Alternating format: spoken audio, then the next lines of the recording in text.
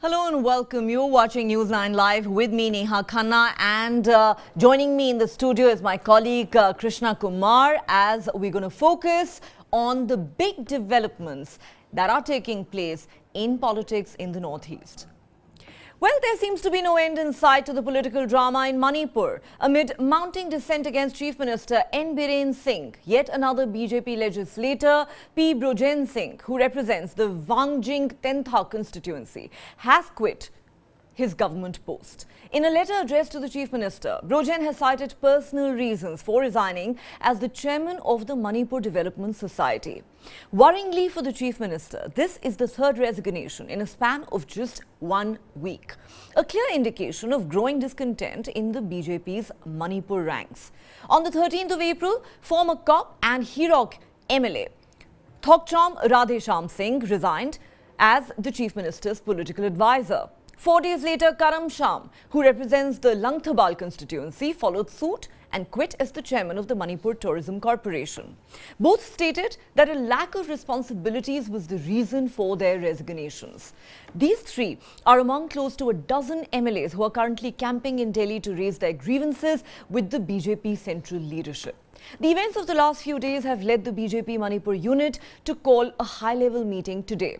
According to sources, BJP national spokesperson Sambit Patra, who's also the party's Manipur in charge, is expected to attend this meeting. Reports have quoted some of the disgruntled MLAs as saying, and I quote, "Things are not well in the state BJP. In a democratic country, one expects a democratic leadership, not a monarchy." They allege that the Chief Minister favoured development only in certain constituencies. One particular MLA has been quoted as saying, "In his son-in-law's constituency, you will see activities every other day. Our workers ask why no development is happening in our constituency, but we have no answer to give." Now, two of the three MLAs who have quit were cabinet ministers in the first Biren Singh-led BJP government in Manipur. The Chief Minister's first term too was marked by a number of run-ins with his cabinet colleagues who have often criticised him for his high-handedness. In 2020, Biren Singh had divested his Deputy Chief Minister, Y. Joy Kumar Singh, of all his portfolios after the latter allegedly criticised the Chief Minister's assurance of food security during the COVID lockdown. The question is, what will the central BJP leadership do to quell what looks like growing rebellion in the Manipur unit? Well, let's decode the Manipur crisis with my colleague Krishna. Krishna, how do you see this? There seems to be growing trouble for Biren Singh. 3 MLAs quitting in 1 week, and even though none of them wanted to be quoted anonymously, they've all accused the Chief Minister of high-handedness, practicing favoritism in constituencies, and not giving them any kind of encouragement or support. Right. And meanwhile, there's a fourth MLA who has filed a police complaint, against, the BJP Yuva Morcha president, for a Facebook post as well. So, it's apart from the 3 quitting, there's a problem with the 4th MLA as well. So, the situation is extremely, tricky for Biren Singh, because clearly there is nothing else that seems to be going on apart from the fact that dissatisfaction within his own ranks, dissatisfaction within his own team. And bear in mind, Manipur is going through a political crisis, a repeated political crisis. They had a political crisis back in 2022 as well. It's also going through other forms of crisis as a state per se. They have the immigrant crisis, through the immigrants from Myanmar coming in, the demand for an NRC, a different kind of NRC, unlike the one in Assam, has been the demand from the people. People went on protests last year as well, and that continues as well. Especially at the beginning of the year, we've seen more, immigrants coming in from Myanmar, and that is adding to the strain of the tribals over there. So there is a lot of discontent that seems to be brewing. They also had a water crisis. Thankfully, that got relieved with some rains about a month ago. So Manipur as a state is going through a lot of crisis, and they're going through a lot of difficulties. You even had, Consumer Affairs Minister, El Susindro, in January this year, talk about how there was a heavy deforestation for the cultivation of poppy fields over there that is adding to the water crisis over there. So there has been criticisms on other counts as well. But whereas, just to put it into context as to in which this political crisis is unfolding in Manipur. And as far as the Manipur crisis is concerned, it's very clear all the 3 who have quit all the three MLAs have quit, are in Delhi to speak to the central leadership. And that's what happens, you know, when in a party like BJP, where the decision making is centralized in Delhi, in the headquarters, you know. So any discontent at the state level. We've seen this happen with the Karnataka politicians, you know, camping out in Delhi, you know, to get the ticket and the seat allocation. You know, and in this case, there's an issue of people being sidelined, marginalized, you know, despite being MLAs and ministers. So in that sense, the answers lie with the BJP headquarters and the top brass in Delhi, Neha.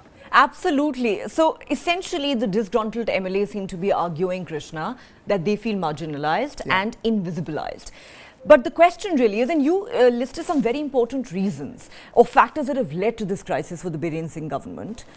Apart from that, of course, it's also being attributed to the violent protests that we've seen in the state following the decision of the Biren Singh government to withdraw from the Kuki truce pact. That's also something that these MLAs are not happy about because their constituents are not happy about it. A lot of these disgruntled MLAs are from the Kuki community, right? That's a very specific, that's actually the crux of the crisis this time around in Manipur. The fact that the Kuki tribe and the representation of the Kuki tribes within the Manipur government, they feel marginalized. And consequently, the people of the tribe feel marginalized. And that's why you've seen protests against the Chief Minister Biren Singh breaking out as well. Not just at the political level, but at the people level as well. So because this is a community issue, and that is a tough, you know, tightrope walk that Biren Singh has to do at this stage. And it's interesting because the Kukis do make for a sizable, you know, voting community over there. And that's the reason why they have so many MLAs representing them in the first place. So it is seems to be the fact that Biren Singh is sort of taking on a rather powerful community,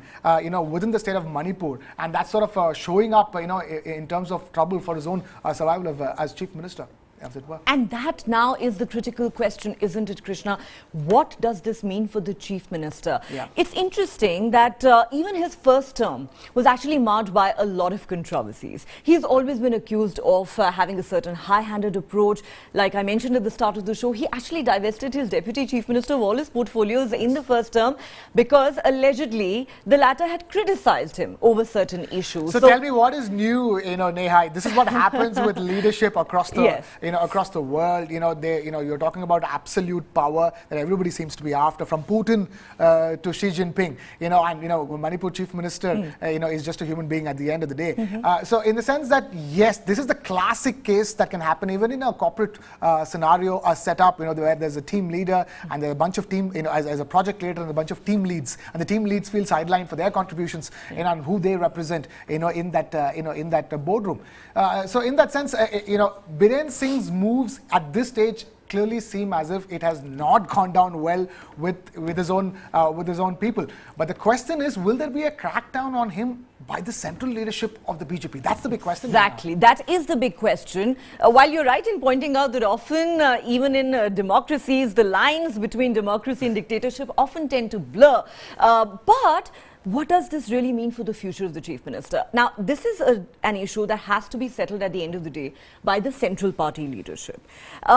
You know, do you think that this challenge that the BJP now faces in Manipur, in a sense, is indicative of the larger issue that even though in recent years the BJP has made extremely impressive gains in the northeast, finding not just a toehold, but actually making massive inroads in one northeastern state after another, winning election after election, but does it now appear as if winning elections is easier than actually keeping the peace in these states, which, let's face it, face some very complex political and demographic issues? Absolutely.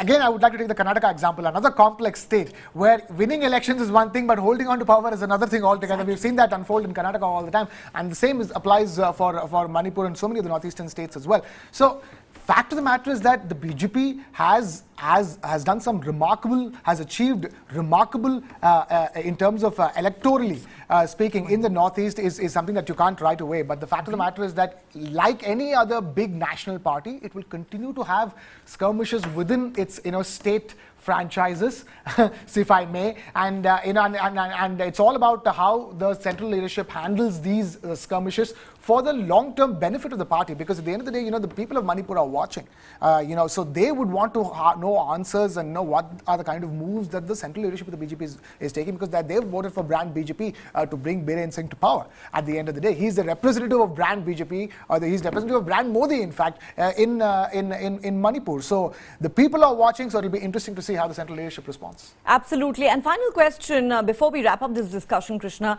It's interesting, we are told that Sambit Patra, the national spokesperson of the BJP, who's in fact in charge of the state of Manipur, is going to attend this crucial meeting that has been called by the state unit of the party. But at the end of the day, we don't know how most political parties in India function, whether it is the Congress or the BJP. They can go on trading barbs over this issue, but we have very centralized leadership. So when it comes to the ruling party, ultimately it really is the top two who call the shots, don't they? Yeah, so as they say, the messenger is out to send the message from the central leadership to the leadership in the state of Manipur, to the party leadership, to the leadership of the government of Manipur, that message being sent straight from the central government and the BJP, the bigwigs of the BJP. So in that sense, it's very clear that Sambit Patra is the state chief of operations over there, but he's essentially carrying a message as to boys, what's going on? We can't deal with this for too long. This can't spiral out of control. We just won an election, so let's get on with it, I'm guessing, is the message that's coming in from Delhi. Very interesting. Boys, just what's going on? Some dressing room talk. Yeah. I think that Sambit Patra needs to give to these MLAs, and perhaps he has an important message for the Chief Minister as well, who is kind of battling for his survival at the moment. Krishna, thank you so much for all those details and that perspective on this developing story that we'll continue to track closely here on News 9. Time for us to take a quick break, but don't go anywhere. On the other side, we'll have another very interesting story for you.